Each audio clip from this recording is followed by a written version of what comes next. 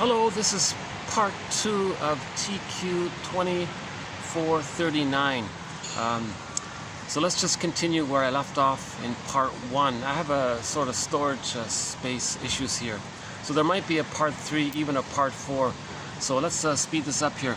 So we're talking about the topic of falling in love, this infatuation. Sometimes it's called transference love, because if a person, when we fall in love with somebody, the theory is that person, there's some kind of unconscious remembrance going on where that person reminds the person of their mother somehow. Usually the mother or the first someone, the baby had a strong emotional relationship, but it was painful. So that's called unfinished business. They want to get out of that pain and have emotional freedom from it. So they want to replay, reenact what happened with others, standing in for the parent or sibling to get a better past, a happy past. Now it's a secondary delusion because the person in the present isn't somebody from the past, nor is the present the past. But when the trauma takes place, the baby was in a state of timelessness. So we're operating from this emotionality of the timeless pain that we're in. So we're just replaying, reenacting. And in part 1, we talked about the 2 main ways it gets reenacted. So the mother shames the baby. Later on, he'll find others who will shame him, to reenact and to see for himself that his mother shamed him. Or a more painful, desperate version is that the baby identifies with the aggressor. Later on, he shames others to reenact and to communicate, and for him to know and see how his mother shamed him. So he's reenacting it because that's the nature of trauma. We want to recreate, reenact it so that we can get a better outcome. The needed outcome where we still have our feelings. The trauma is we lost our feelings, that's pain, we lost our feelings. Because we lost our feelings, we're looking for them. So we're going to replay, reenact to get back our feelings. Once we get back our feelings, then we can stop repeating. So that's sort of the positive intention of repetition compulsion, is to get back our feelings. I feel, therefore I am. So in part 1, I sort of stumbled a little bit in my introduction here. So let's just sort of continue where we left off there. So the jargon is transference love. We're going to transfer the past into the present. That's a transference. So that's related to, that's embedded within this phenomena of repetition compulsion due to trauma. So that the trauma, there's pain. To get out of the pain's driving it. They're going to repeat it. In the process of repeating what happened in the past, to do that, they got to transfer what happened in the past into the present.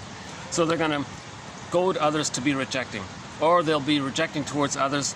Others will stand in for their shamed self. They'll be the aggressor, shame others to communicate that the mother shamed him. That's how he's reenacting it, replaying it.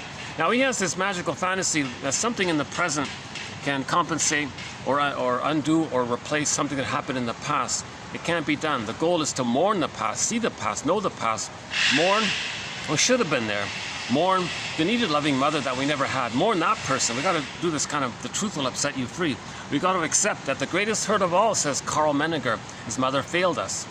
The greatest hurt of all, quote, mother failed me. We got to get into that more truthful area. That leads to the truth will upset you free area. And part of that is you got to understand your parents' situation. One book title is called Forgive Your Parents, Heal Yourself. I got that lighting back there. Hold on, let me adjust this again. Hold on a sec.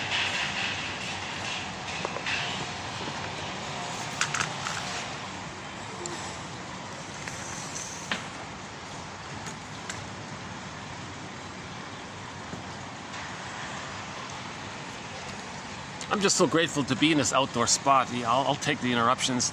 It's too bad to a degree, but oops, hold on a second.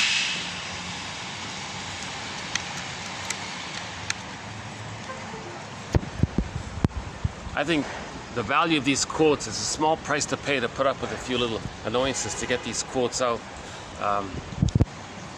Okay, so Brody calls it unfinished business. If somebody in the present somehow uncannily has some kind of resemblance to the mother or whoever the first caregiver was, sometimes it's a sibling actually, or whoever caused the most pain, but usually 9.9 times out of 10 it's the mother, right? Then you're going to be fascinated with that person, enchanted, bedazzled, love is blind, lost a sense of time. The baby nursing at the breast doesn't understand time. So when you fall in love, you don't know about time. The baby at the breast or in the womb, he's in this unico mystica, this Garden of Eden, this paradise feeling, this kind of blissful, kind of oceanic feeling, right? It's a heavenly, wow, so-called transcendent, mystical, that kind of, a lot of poetic phrases for this blissed out, huge blissed out state.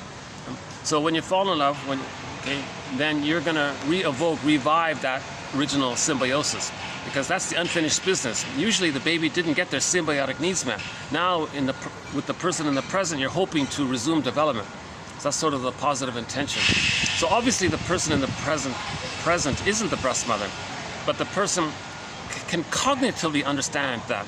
But he needs to relate to that person from the emotional point of view of the emotional unfinished business with the mother. He needs to emotionally relate to that person from that infantile reference point where he was fixated. He was fixated. He was stuck, stunted. So from that emotionality area, he needs to kind of trick himself. Yes, he knows the partner isn't his mother, but he's going to emotionally react to that person as if they were the mother. You see?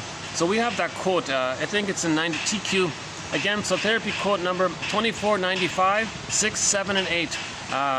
We have over 100 quotes talking about this thing here. So this video is sort of the final video in the set of 5 videos here. Yeah. So the trauma means there's pain. That's unfinished business.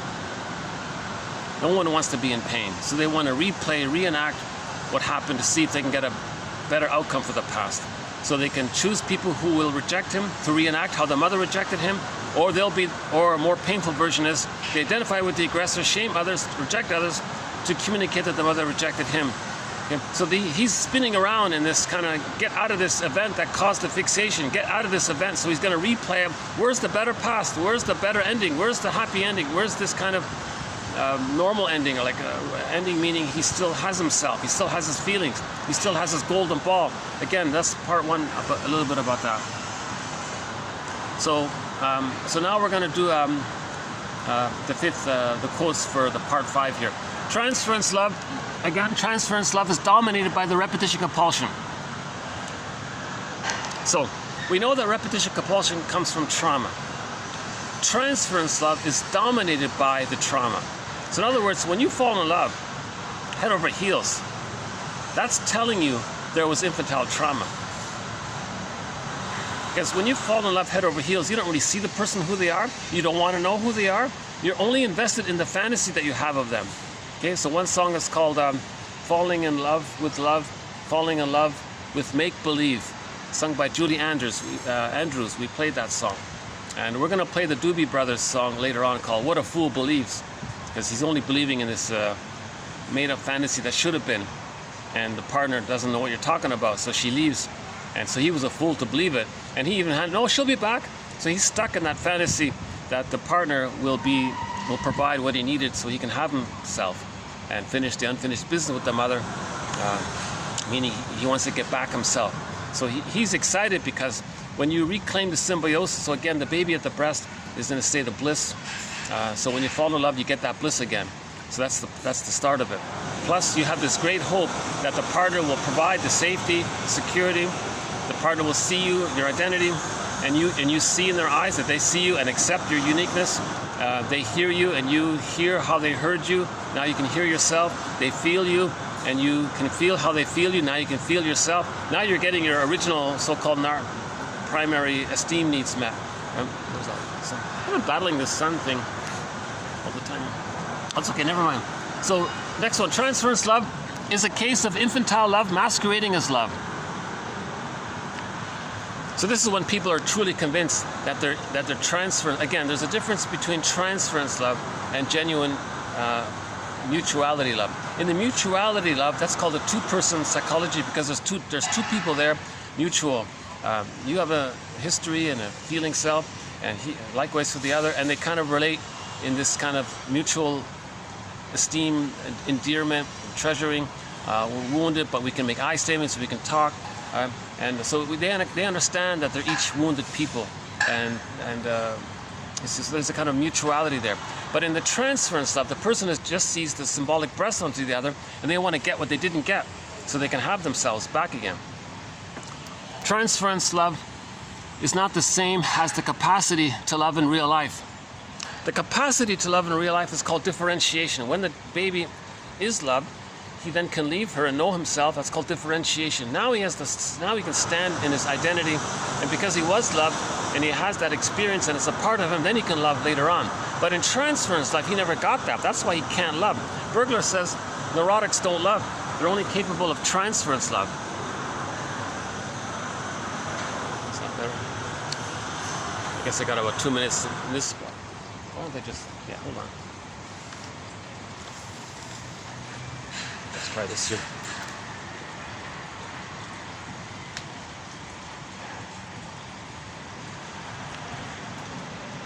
That's a little better. Okay. And this video's gonna cut out soon, so there'll be a part 3. Sometimes my videos take a couple of days to upload, and I have no storage and all kinds of complications uploading. So transference love is not. So Bergmann makes a big. Edmund Bergmann, one of our mentors, makes a big point about this. That neurotics don't really love, because neurotics, meaning some kind of personality pattern based on a chaotic attachment to the mother, a maladaptive, an insecure, disorganized, disassociated, reactive, anxious, avoidant, some kind of dysfunctional attachment to the mother.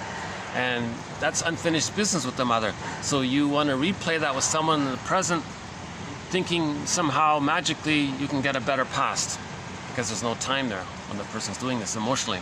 Transference love connects the present to the past.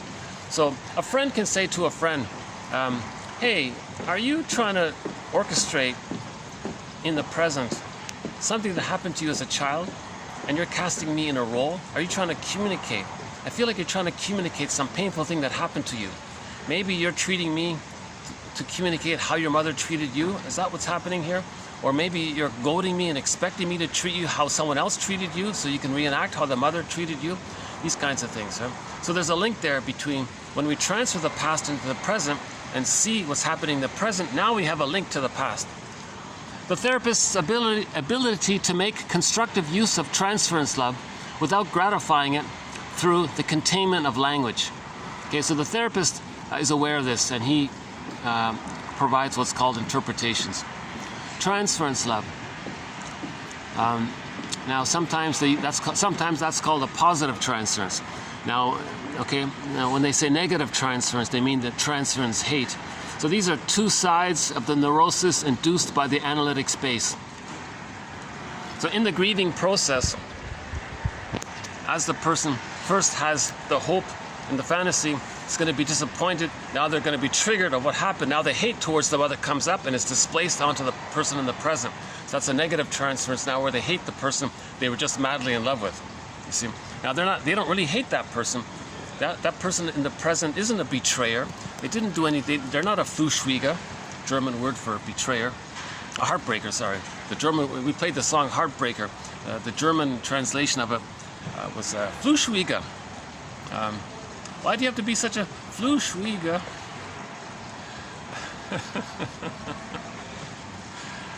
So we played the song Heartbreaker, a very good song made popular by Dionne Warwick, but it was originally written by the Bee Gees, and I played the German translation of that song, sung by Katja Epstein, and she sings that song in German.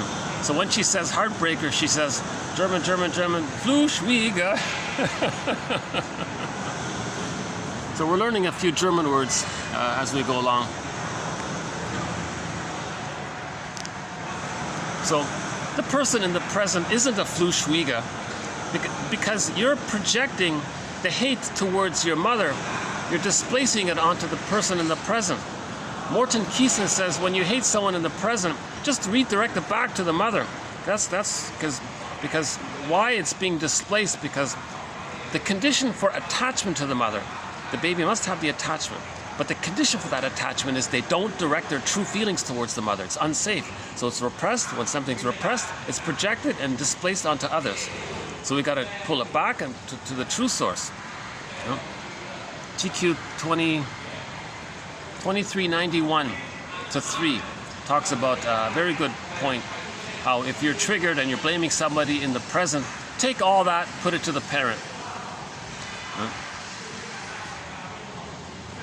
If the therapist responds to a client's transference love by him falling in love with her, that's called countertransference. Then the therapy is finished. He's got to be neutral. He can't collude with her fantasy. Oh my God, what an awful situation. No healing's going to take place if he's going to collude like that. Couples in collusion. The therapist's job is to objectively, calmly, warmly bring it to her attention what she's doing so she can see it and go, oh my God. He wants to help her build her ego. If he's just participating in the fantasy for his whatever, then her ego is damaged by this. In transference love, the ego is very weak. We distort reality and emotionally believe the thing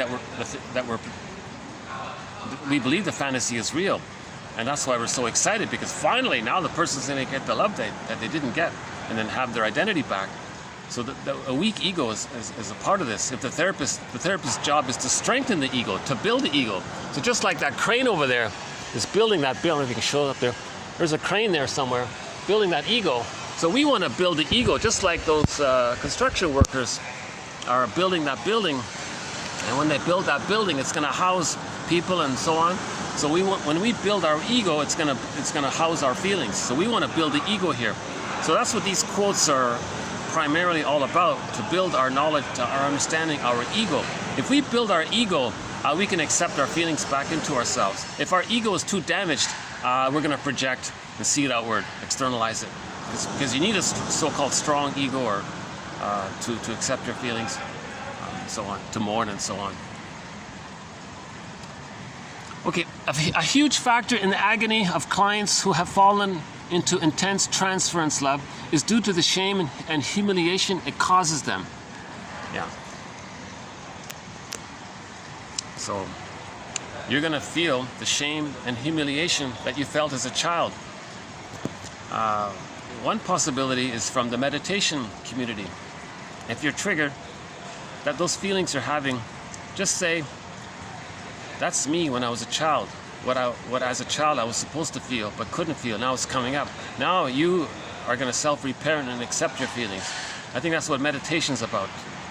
One version of it. To welcome your feelings. Ah, there you are. There you are. And those feelings are trying to become embodied. But see, the superego, the memory of what happened, is criticizing you. So there's this inner conflict. You want to feel, but the memory kicks in where, no, remember it was too dangerous to feel. So you got this inner conflict. And the superego, the inner critic, says, the reason you squelched your feelings as a child, because you believed you weren't good enough. So that's unconscious guilt. The baby thinks he creates everything.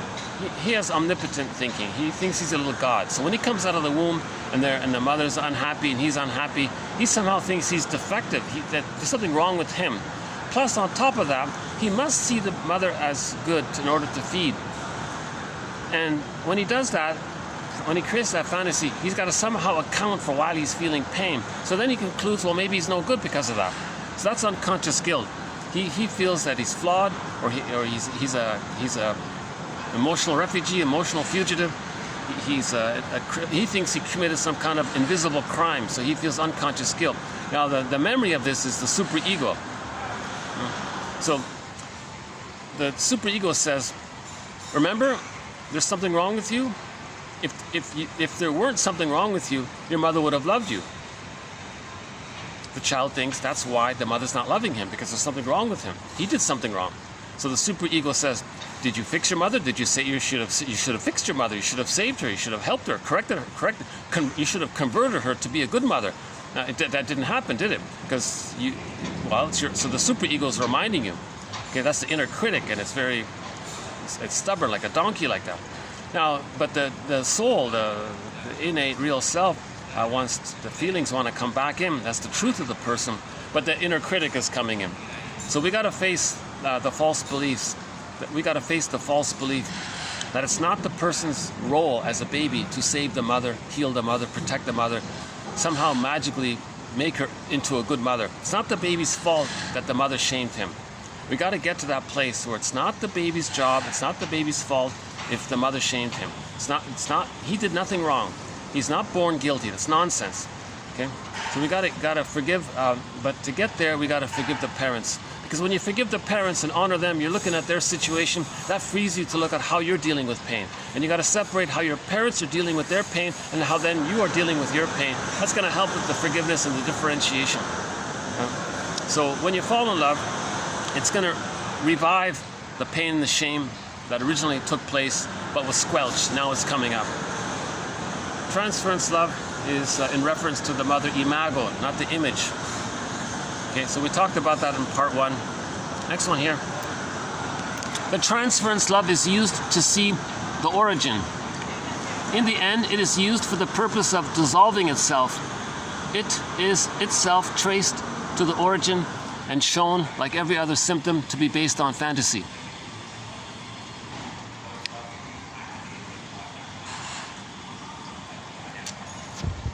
So the reenactment is showing us the origin. In analysis, transference love must be entirely one-sided. As soon as the previously repressed emotions take the form of wishes or even compulsions, privation must once more be imposed. Yeah. So the baby was impoverished, emotional poverty, that's the privation. If this is being replayed, it's going to come up again. The privation, the lack of what you needed, the dearth of love. That's why when people fall in love, they're happy to get a crumb from the partner, you know. Transference love. The object of transference is an object of anxiety. Let me leave you to think of it this way. Transference love is like a dream. Uh-oh. I got a feeling this thing's going to cut out on me pretty soon here. If this cuts out suddenly, there'll be a part 3. Why is this? Something's beeping on me here. The lighting or something. Okay, transference love. When the therapist lends reality to these fantasies by his overt behavior, he fosters a serious confusion between reality and fantasy. Yeah, so that's when the therapist fails. Now maybe the client chose this therapist to fail so that he can realize how his mother failed him. That's why he chose that therapist. Maybe he knew he's going to fail her.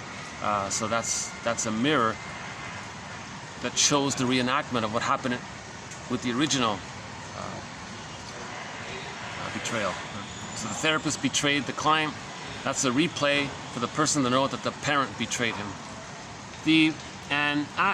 And exasperation of the transference neurosis or and exasperation of the transference neurosis or transference love, which has taken full command of the therapeutic situation and in fact has become so intense that it is now impervious to ordinary interpretations. So if somebody points it out to you that you're replaying the past and the present, that's called transference. That's helpful. But if the person is oblivious to it and they believe it all, that's called a transference neurosis. So Masterson says the first thing you got to do then, in that case, is convert transference neurosis, where the person believes that everything in the present is causing his past pain, to recognizing transference. Okay? Then you have a working alliance. Now you can go somewhere once you realize you're projecting. Transference love reveals past patterns of relating and mobilizes the potential for growth. Yeah, so once you're conscious, now you can start to heal and grow. The complexity of the transference means that infantile and part object feelings are experienced within an adult body, and this arouses a complex mixture of desires and fears. It's interesting, eh? So the infantile emotionality is now in the adult body, so it's complex. On the one hand, transference love is merely a new edition of the old to be dealt with chiefly by translating it back into its infantile terms.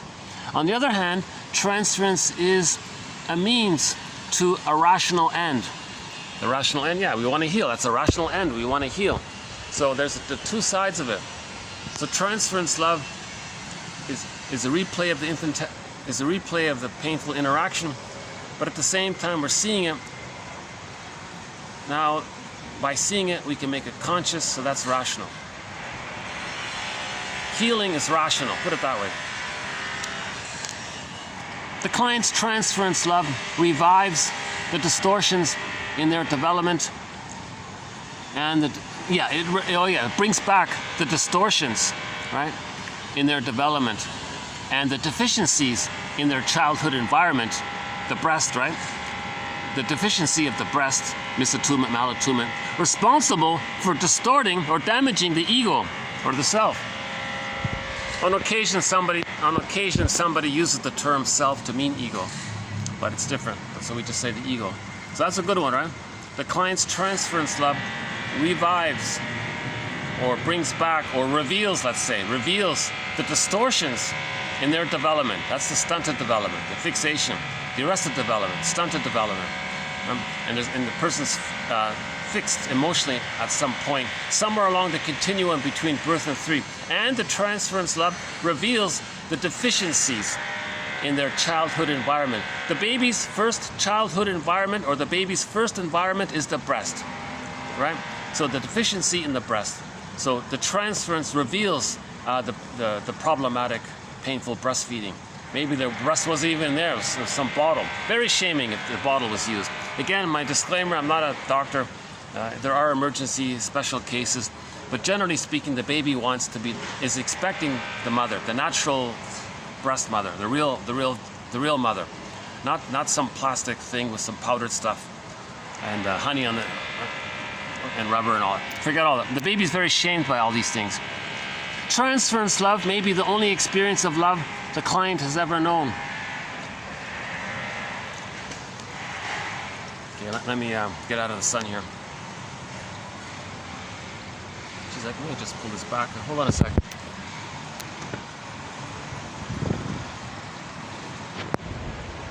Maybe I'll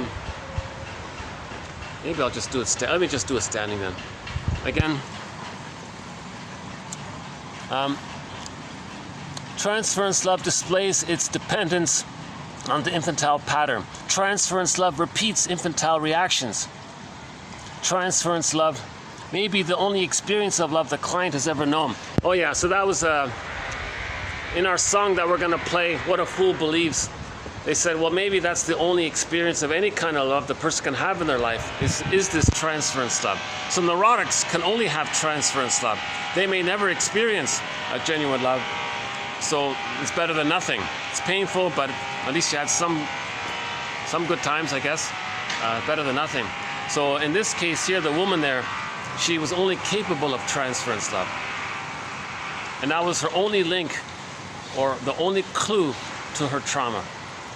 This infatuation, this falling in love, it's a symptom of childhood trauma. Yeah?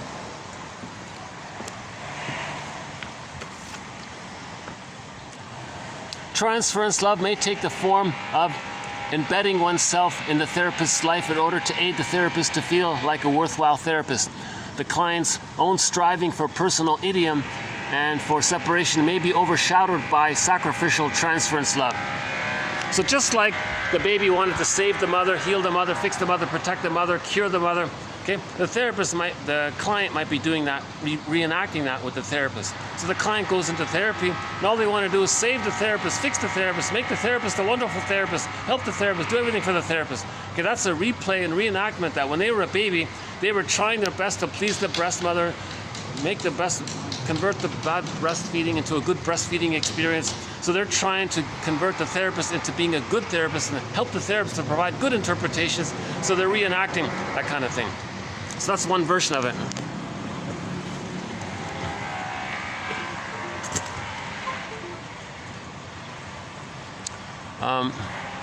Transference love is too intense to be rational. Where are we here? I can't even see the cursor. Hold on a second. The ghosts of childhood love and the analytic work has been painstakingly summoned. Yeah, so the therapy work brings up, hold on, uh-oh, am I frozen out here? Hold on a sec. Geez, today's just been one of these days where everything. Okay, transference love to a great extent, a neurotic repetition, it's interpretable. Okay, here we go. Transference love is too intense to be rational. The therapy work brings up, summons up what happened in the past. Okay, transference love is an unhealthy form of loving. Transference love has a compulsive, tense, defiant nature, incompatible with the therapy work. When it predominates, the client experiences an unconscious relationship from his intimate history with a strong sensation of immediacy instead of remembering it. Yeah, so there's this strong, intense. So the transference love has this sense of immediate. It's this immediacy. It's immediate. This is urgent feeling. Because the compulsion, it's urgent and it's intense. It's urgent. So Cupid's arrow, they fall in love instantly. There's this intense, urgent excitement taking place. Right? So the transference love may have that quality of love at first sight. Right? It's not love at first sight. It's transference love at first sight. So we talked about Cupid's arrow before.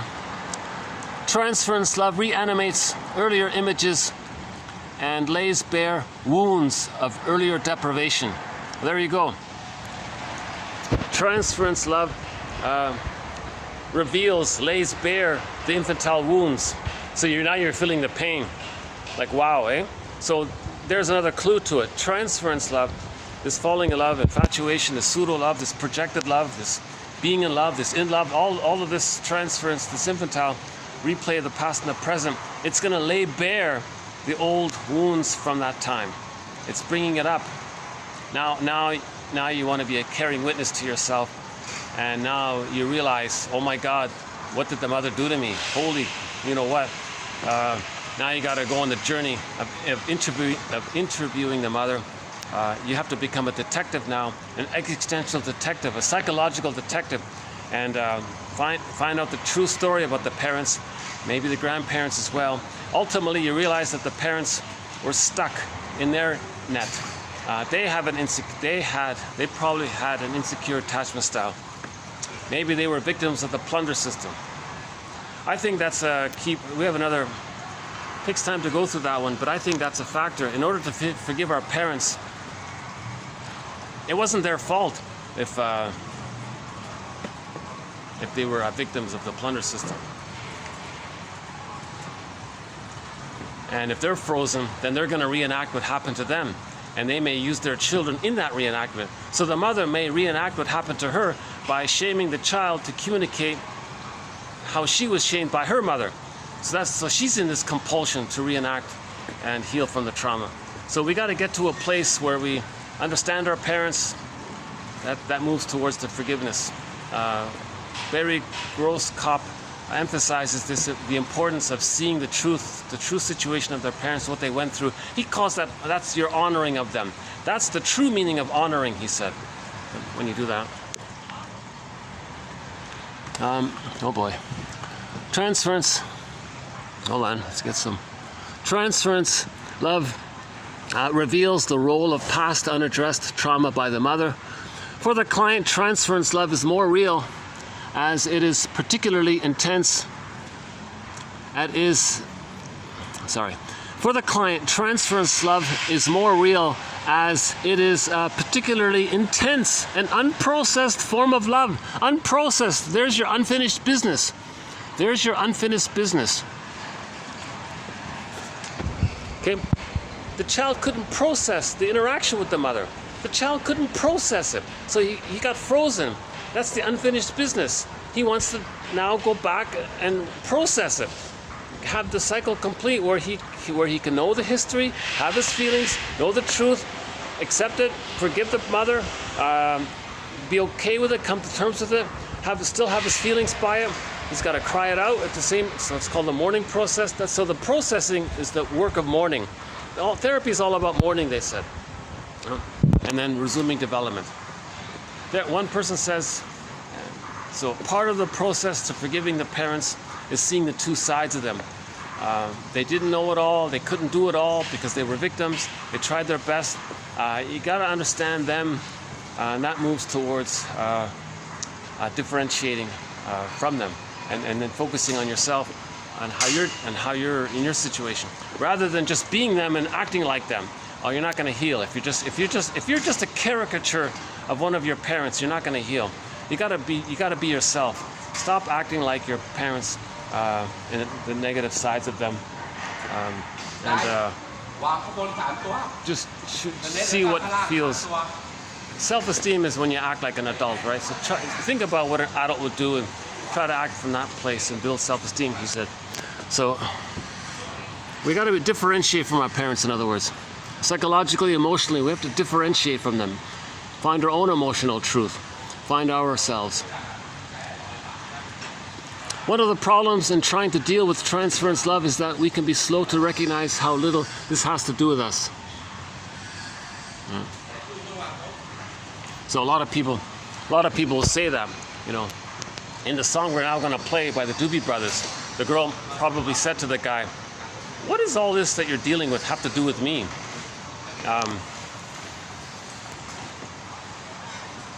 I wasn't your mother 50 years ago who hurt you. What is this fantasy that you have to do with me? Can't you get to know me as a person? You're just seeing the fantasy of the good breast onto me, thinking I'm going to be able to somehow travel back and somehow invent a time machine whereby you and I go back, travel into time, I morph into your mother's boob, and you become the baby, and I do it right, and then you get your identity, and you feel good, and and then you weren't traumatized. We hop back in the time machine. I become me, and you become who you were meant to have been had you been loved. So this is not going to happen. But the person has the fantasy as if that could happen. The person has that fantasy. So let's play that song. Okay, let's dig up the lyrics here quickly for a sec here. Okay, we're gonna play a cover because now I played the original, but because it didn't upload, I don't know if it's acceptable or not. So I'm just gonna stick with the cover rendition because chances are the cover band sings a very good rendition of it. So I'm just gonna play the cover of it. It's not the original. The original is the Doobie Brothers, their first big hit called "What a Fool Believes." So the lyrics are very good. Let's do it again here. Okay, he came from somewhere back in her long ago. Okay, so that's already a reference to the mother. So this song starts right off the bat. This song is telling you the cause, the source point of falling in love. It's the mother. This is the reference to the mother. Now when you hear that lyric, you might think, well, he came from his mother's belly. Okay, well, that's the biological birth. What about the psychological birth? He came from her somewhere back long ago. He also came from her arms. So he came from her belly.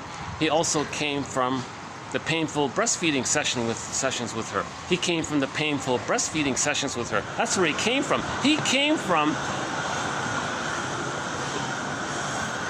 a painful time in his mother's arms. He came from that point. So that's the source. That's the source of falling in love. So the song is telling you the source point right off the bat. Okay? So-called genetic, when it began, right? It's like in this, the sentimental fool don't see.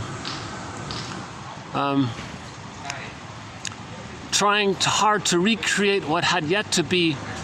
Okay, so he's trying to create what had yet to be. He's trying to create with the girl in the present what never took place. It never happened. Right? He didn't get what he needed. He didn't get his needs met. He didn't get a good mother. It never happened. He didn't get a loving interaction with the mother. It never happened. Now he's trying to, in a sentimental fool, he's trying to recreate and imagine what never happened. So he has the fantasy of having happened what was meant to have happened. He's a sentimental fool that way. It's called romantic love, right?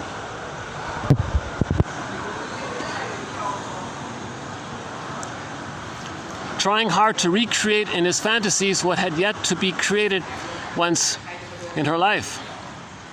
So the mother never even once created the satisfaction. Now the girlfriend in the present, she musters a smile for his nostalgic tale. She musters a smile. So she's very polite, right? But she's a little cynical and a little uncomfortable with this guy here because he's too demanding and needy, too clingy and demanding and needy. So she musters a smile for his nostalgic tale. So she's already picked up that his proclamation of great unswerving love for her. She musters a smile for his nostalgic tale. Nostalgia, okay? The person with trauma has pathological nostalgia. So we could say it's a pathological nostalgia.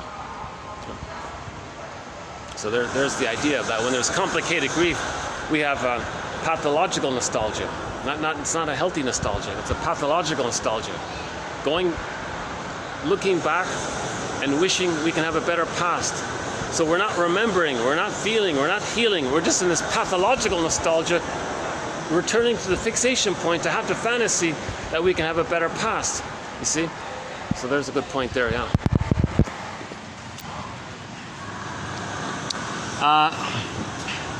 Never coming near what he wanted to say, only to realize it never really was. Okay? So he could never even speak the truth. He was just so entrapped in this fantasy image. He doesn't even say what he really feels. He doesn't make I statements. He's so unconscious of himself because he's just bedazzled in this feeling of being in this bliss.